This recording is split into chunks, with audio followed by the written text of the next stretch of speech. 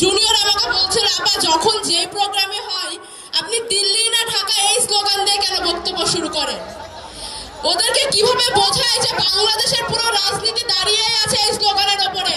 এই যে দেখেন, স্বৈরাচারের মা জননী খুনি হাসিনা কোথায় বসে আন্দোলন চালানোর চেষ্টা করছিল? দিল্লিতে। বাংলাদেশের রাজনীতি সারা জীবন থাকবে দিল্লি ভার্সেস ঢাকার মধ্যে।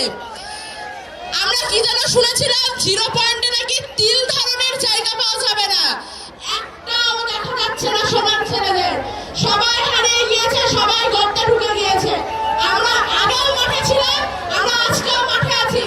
ভবিষ্যতে বাংলাদেশের বুকে যদি আর কখনো স্বৈরাচারের থাবা কাটতে চায়, আমরা সেদিনও মাঠে থাকবো ইনশাআল্লাহ। থাকবো কিনা? বেশি বক্তব্যের কোনো কারণ নেই। সবাই যে যা স্মৃতিচারণ করছেন দেখে খুব ভালো লাগছে। শুধু এটুকু বলতে চাই, স্লোগানটা মনে রাখবেন, বাংলাদেশের বুকে ইনকিলাব জিন্দাবাদ, মুজিববাদ মুর্দাবাদ।